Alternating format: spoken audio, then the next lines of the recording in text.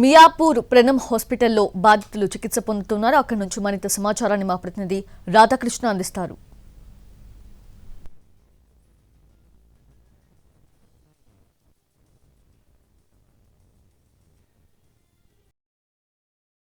Reactor పిల్ల ఘటనలో ప్రస్తుతం బాధితులంతా కూడా దాదాపు ప్రాణం హాస్పిటల్లోనే 20 మంది పైగా కూడా చికిత్స పొందుతున్నారు. అందులో ఇద్దరు కొద్దిసేపటి క్రితం ట్రీట్మెంట్ తీసుకుంటూ చనిపోయారు. అసలు ప్రమాదానికి సంబంధించి మనం చూస్తున్నాం. బాధితులు వాళ్ళందరూ కూడా గాయాలై ప్రస్తుతం వాళ్ళంతా కూడా ట్రీట్మెంట్ తీసుకుంటున్న పరిస్థితి మనకు కనబడుతుంది. ఒకసారి అడిగి చూద్దాం. कैसे हुआ भाई? कंपनी में रिएक्टर ब्लास्ट हो गया, ऑटोमेटिक फायर आ गया, हाँ तो ऐसा जल गया। कितने जने थे वहाँ पर? बहुत सारे लोग थे, 120 प्लस होते। तुम्हारे साथ कितने जने थे? मेरे साथ 3 आदमी थे। फंस गए? हाँ तीनों बाहर आ गए। कितने दिनों से काम कर रहे हो? तकरीबन 2 इयर्स। कैसे रहता था काम वहाँ पर? अच्छा काम रहता था, मेरा स्टोर डिपार्टमेंट। हाँ कैसे हुआ कुछ पता चला आपको? नहीं कुछ मालूम नहीं चला, अचानक प्रोडक्शन से ब्लास्ट हुआ, स्टोर का दीवार मेरे ऊपर आ गया, पूरा फायर के साथ आया। हाँ आपके साथ साथ कौन कितने जने थे? 3 जने थे, वो तीनों आ गए बाहर। आप कितने साल से कर रहे हो? 2 इयर्स। क्या काम करते हो? स्टोर डिपार्टमेंट का असिस्टेंट था। हाँ वो ब्लास्ट कहाँ पर हुआ आपको पता चला आपको? प्रोडक्शन में हुआ, बाजू में स्टोर था, बाजू में ही प्रोडक्शन था। प्रोडक्शन में ब्लास्ट हुआ तो पूरा दीवार टूट के आया, स्टोर का भी दीवार टूट गया, ऐसा पूरा आग के साथ आया, फायर के साथ। कितने जने रहते थे हर रोज वहाँ पर? वो टाइम पे 100, 120, 130 ऐसा।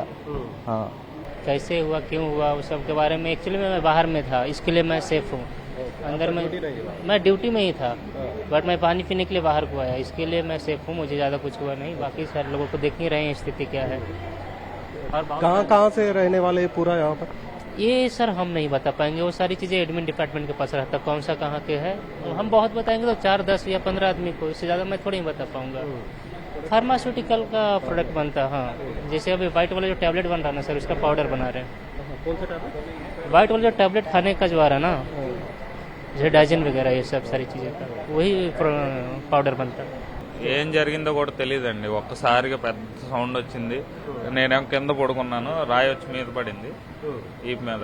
వెంటనే లేచి కొంచెం మెలకుగా ఉన్న వాళ్ళని వెంటనే తీసుకొని గోడ దూకేసి బయటకు వచ్చేసి, బయటకు నాతో పాటు వచ్చిన వాళ్ళు బాగానే ఉన్నారు.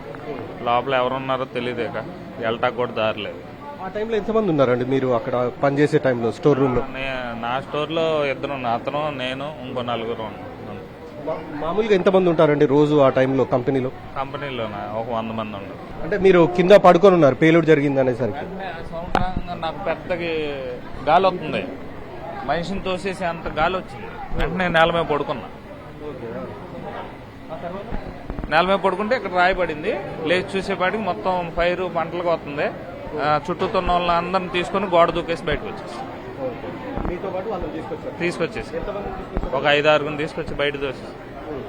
ఇతను రియాక్టర్ ఎక్కడైతే పేలిందో అక్కడ ఆ ప్రాంతంలో ఇతను పైన ఫిల్టర్ దగ్గర పనిచేస్తూ ఉన్నాడు. ఆ టైంలో పేలుడు జరగడం ద్వారా అతని మొహానితో పాటు చేతికి కూడా గాయాలైన పరిస్థితి మనకు కనబడుతూ ఉంది. అతను ట్రీట్మెంట్ అతనికి ఇస్తున్నారు. ఉదయం జరిగిన ఈ ఘటనతోటి ఒక్కసారిగా ఆ ప్రాంతం అంతా కూడా, స్టోర్తో పాటు మిగతా ప్రొడక్షన్ జరుగుతున్న ప్రాంతం అంతా కూడా ఒక్కసారిగా పేలుడు చోటు చేసుకోవడం జరిగింది. ఈ పేలుడు దాటికి మొత్తం ఆసుపత్రి మొత్తం కూడా ఆ కంపెనీకి సంబంధించిన మొత్తం కూడా పేలిపోయిన సందర్భం చోటు చేసుకోవడం జరిగింది. ప్రస్తుతం అయితే గాయాల పాలైన వారందరికీ కూడా ట్రీట్మెంట్ అందిస్తూ ఉన్నారు. అవసరమైతే మెరుగైన వైద్య చికిత్స కోసం కూడా మరికొన్ని ఆసుపత్రులకు తరలించేందుకు అవసరమైన ఏర్పాట్లు ఒకవైపు అధికారులు చేస్తూ ఉన్నారు. కెమెరా వీరాంజనేయులతో రాధాకృష్ణ టీవీ, హైదరాబాద్.